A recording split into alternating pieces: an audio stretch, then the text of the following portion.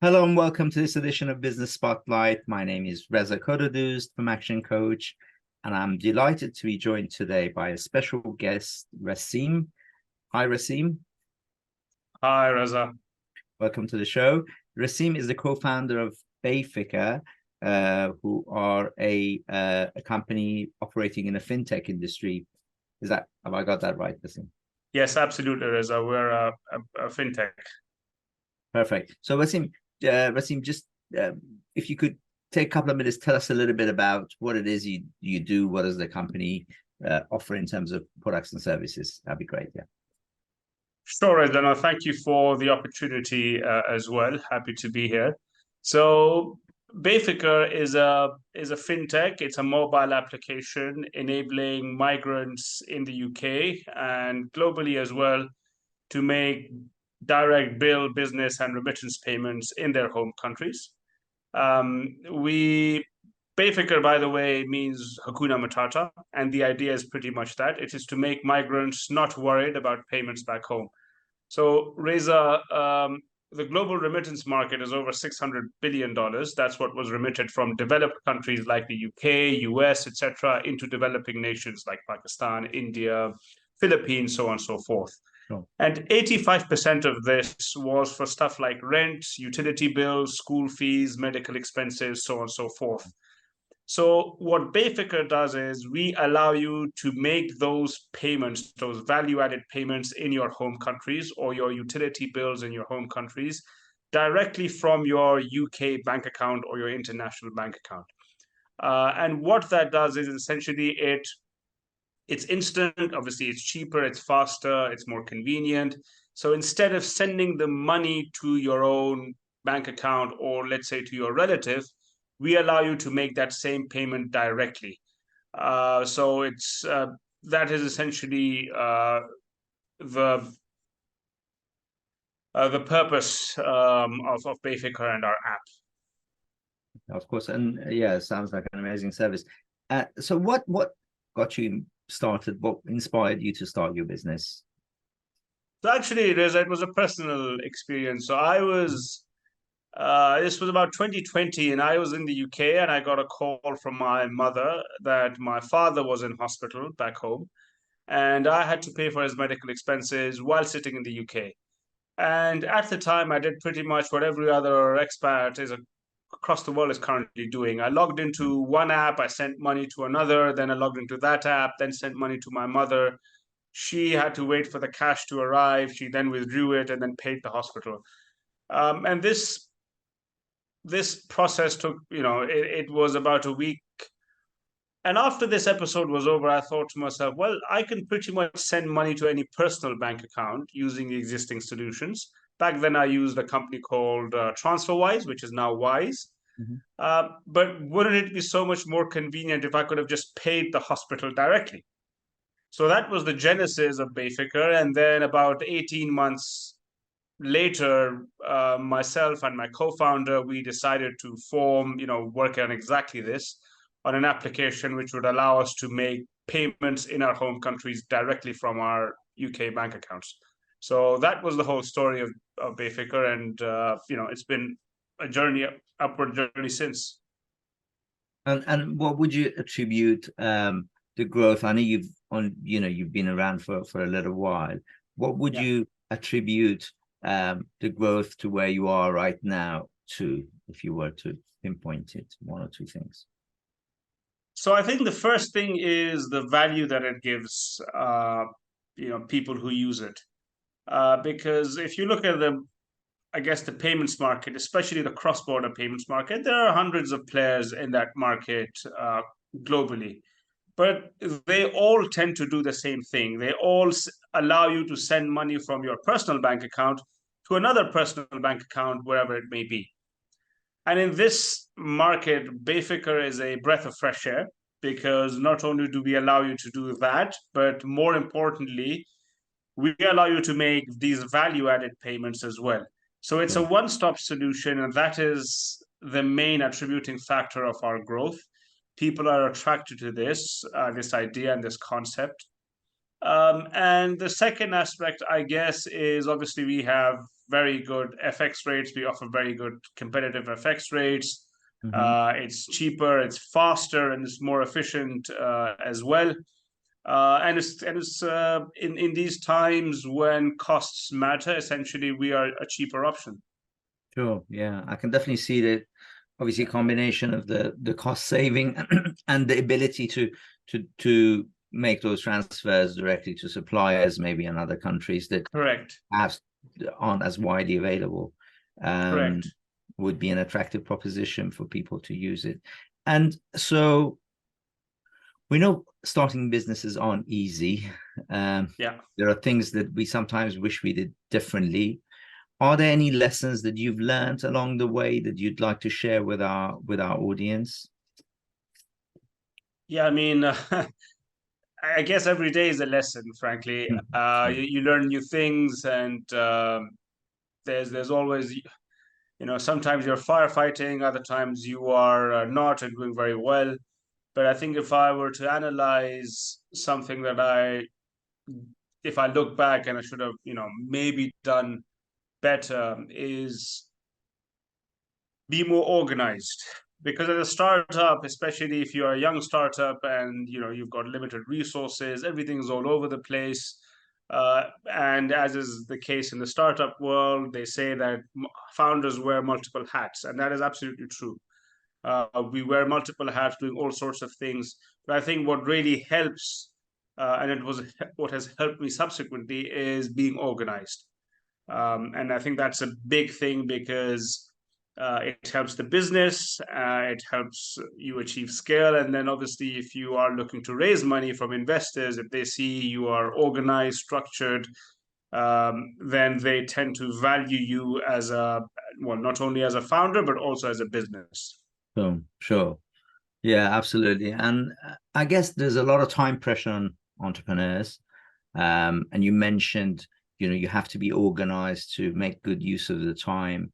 Um, Correct. and one of the things that we find with entrepreneurs, CEOs, is that there's a fine balance always between work and home life, trying to balance uh, the two and make sure that you pay attention. Do you have any tips about how you go about being able to balance the two? I think, well, obviously, I'm still learning. There are things that I can't, that I wish I can do even better. But I think uh, it's it's about being organized, right, and then being dedicated to following that. So essentially, you can have a schedule, but as founders or even busy CEOs of large businesses, there is a lot of distraction, a lot of diversion. You get these things in the middle. Um, but it's important to stick to whatever you've scheduled. Yeah. Yes, and then maybe have a buffer. Maybe have a buffer for if things go wrong or if there's a fire to fight. You can take out that time, and I think So, that's something that has helped me as well. And that's also helped, well, some of the leading successful CEOs. They obviously are better than me in organizing their time, but I think that's a big, big thing to have. Or you can work towards that, as somebody who wants to be a CEO or a founder. There are ways that you can be more effective in organizing your time.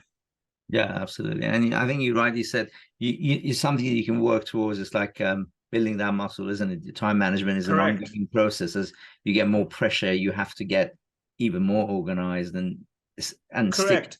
stick to that schedule. Yeah.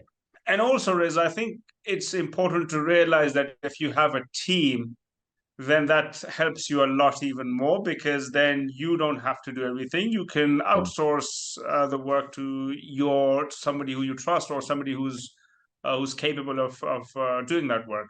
So you so, shouldn't be micromanaging. You can give out tasks and they can then do it, and you can be in a supervisory role, and so, that helps with time management as well. course, of course. So talking about teams, and obviously recruitment is a big part of and your team are a big part of attributing growth to the business.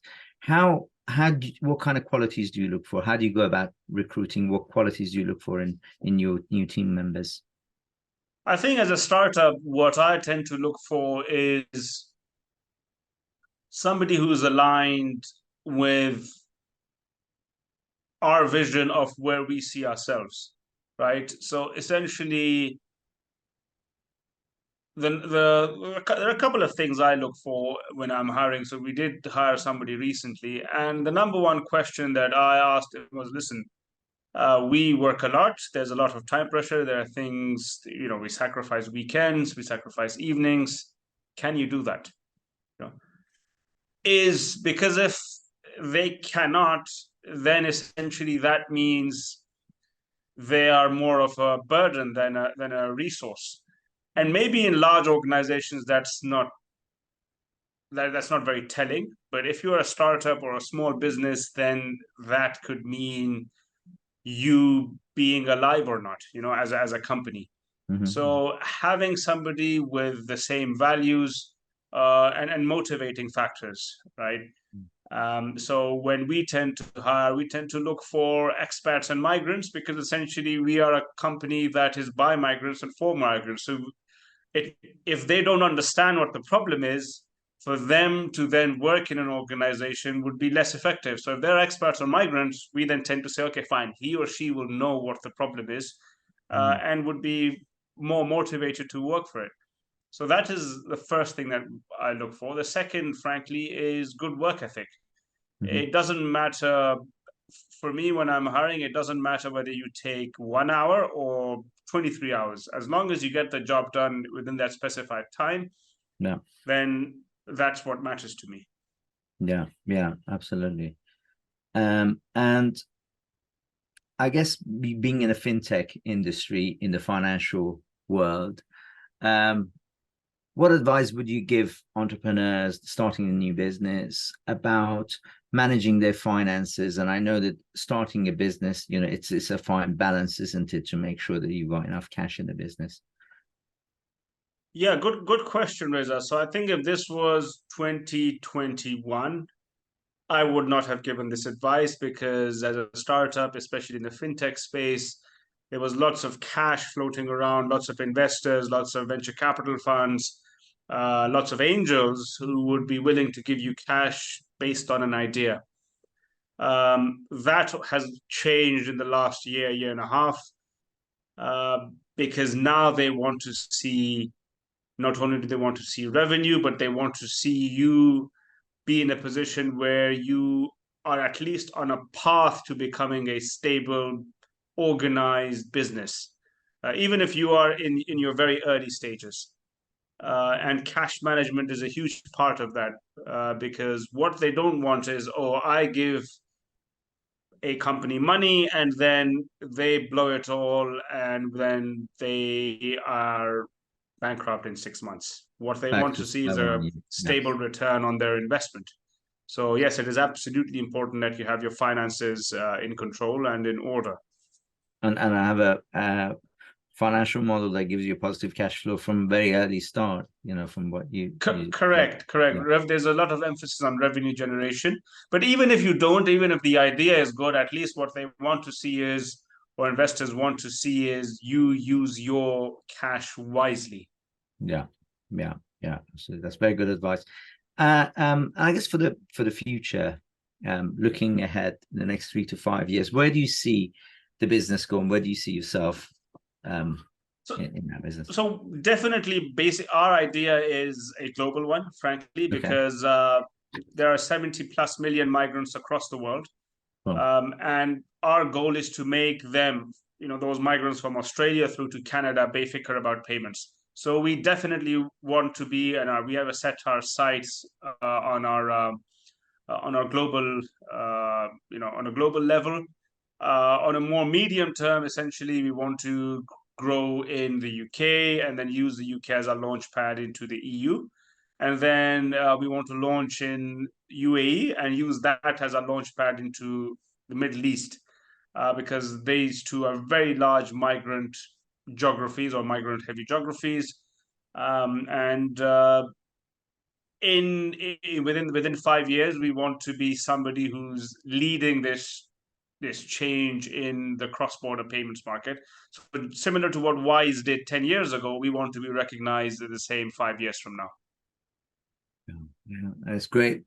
Great plans and ambitions to have. Yeah, thank you again for coming on to the Business Spotlight interview series. I really appreciate you taking the time out of your busy schedule. Really enjoyed our chat. And it was nice to hear your thoughts about the topics that we think is relevant to the audience. And I just wanted to wish you all a success in terms of the plans that you have for going global, and also the growth in the UK. Thank you very much. Thank you so much, Reza. Thank you for your time. Thanks, Rascim. It's been a pleasure to Bye-bye. have you. Yeah. Bye-bye. Bye-bye now. Bye. Bye.